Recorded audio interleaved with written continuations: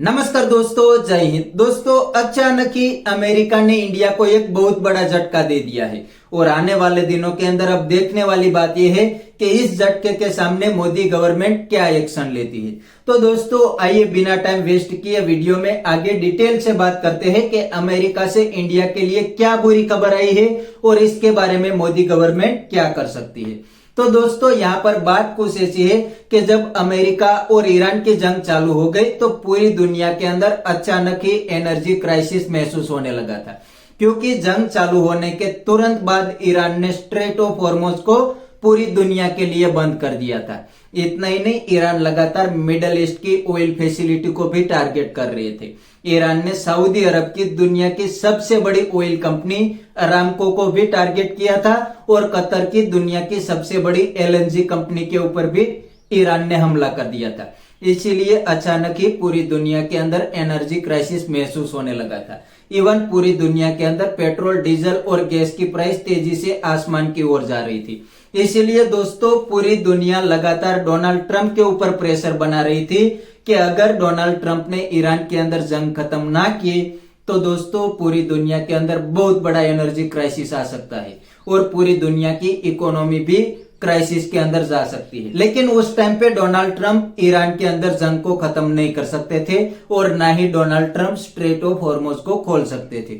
इसीलिए दोस्तों, Donald Trump ने पूरी दुनिया को ऑफर दिया था कि 30 दिन तक पूरी दुनिया ईरान और रशिया से ऑयल ले सकती है।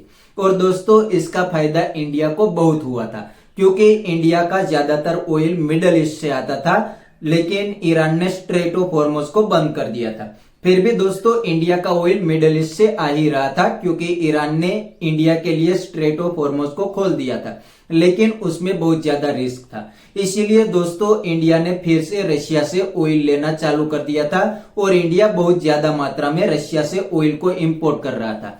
लेकिन दोस्तों, अब अचानक ही डोनाल्ड ट्रंप ने बोल दिया है कि अब कोई भी कंट्री रशिया और ईरान से ऑयल नहीं ले सकती। अगर किसी भी कंट्री ने रशिया और ईरान से ऑयल को इंपोर्ट किया तो फिर से अमेरिका उस कंट्री के ऊपर टैरिफ लगाएंगे। तो दोस्तों, इंडिया के लिए ये एक बहुत बड़ा झटका है और अब मोदी गवर्नमेंट इसके बारे में क्या करेगी वो तो हमें आने वाले दिनों के अंदर ही पता चलेंगे।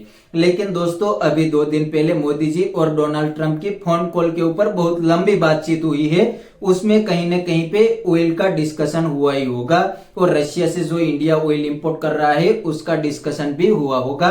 लेकिन मोदी जी ने इसके बारे में अभी तक कोई जानकारी नहीं दी है। लेकिन दोस्तों, इंडिया का 40% ऑयल मिडिल ईस्ट से आ रहा है, इसीलिए इंडिया को कोई दूसरा ऑप्शन चाहिए था। लेकिन जब जंग चालू हुई थी उस टाइम पे तो अमेरिका ने इंडिया को ऑफर दी थी कि आप रशिया से ऑयल को इंपोर्ट कर सकते हैं।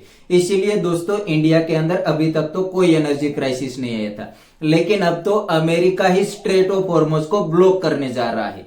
वो इतना ही नहीं, अमेरिका ने अब ये भी बता दिया है कि कोई भी कंट्री ईरान के साथ ट्रेड करेंगे या तो ईरान से ऑयल लेंगे, उसके ऊपर भी अमेरिका टैरिफ लगा सकते हैं। तो डोनाल्ड ट्रंप ने तो एक बार फिर से अपने टैरिफ वाला पत्ता खेल दिया। दोस्तों, यहाँ पर डोनाल्ड ट्रंप ग्राउंड के ऊपर तो बिल्कुल नाकाम हो गए हैं। इसीलिए जो अपना पुराना पत्ता था, अपना पुराना हथियार जो कि टैरिफ है, उसको अब फिर से यूज करने लगे हैं। तो आने वाले दिनों के अंदर देखने वाली बात यह भी है कि क्या डोनाल्ड ट्रंप का ये पता ईरान के सामने कहीं पे भी काम आएंगे। मुझे तो लगता है कि ये पता तो अमेरिका का ईरान के अंदर बिल्कुल ही काम नहीं आएंगे। अमेरिका थोड़े दिन के लिए स्ट्रेट ऑफ हॉर्मुज को पूरी तरीके से ब्लॉक कर देंगे और ईरान के पोर्ट के ऊपर एक भी शिप नहीं जाने देंगे। लेकिन अब लगता है कि अमेरिका भी यहाँ से बुरी तरीके से फंस गया है और अमेरिका भी ईरान के अंदर जल्द से जल्द निकलना चाहते हैं। इसीलिए अमेरिका ने स्ट्रेट ऑफ हॉर्मुज को पूरी तरीके से ब्लॉक किया है और अब पूरी दुनिया को ईरान से डिस्कनेक्ट कर रहे हैं, ताकि ईरान जल्द से जल्द अमेरिका की बातचीत मान ले और डोनाल्ड ट्रंप ईरान से निकल जाए। इसीलिए तो लगातार जो पहले ईरान स्टेप ले रहा था अमेरिका के ऊपर प्रेशर डालने के लिए,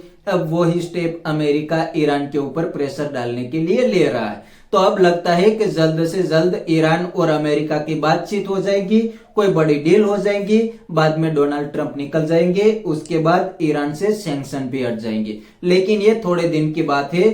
यहाँ पर इंडिया को थोड़े दिन के लिए कोई न कोई तो एक्शन लेना पड़ेगा क्योंकि इंडिया का करीब 40% ऑयल मिडल ईस्ट से आता है।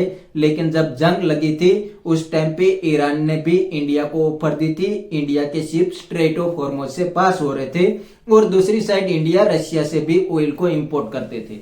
तो बस दोस्तों आज के वीडियो में इतना ही। अगर आपको ये वीडियो पसंद आया तो वीडियो को लाइक शेयर कर दीजिए और चैनल को सब्सक्राइब करना मत भूलिए। थैंक यू, मिलते हैं नेक्स्ट वीडियो में।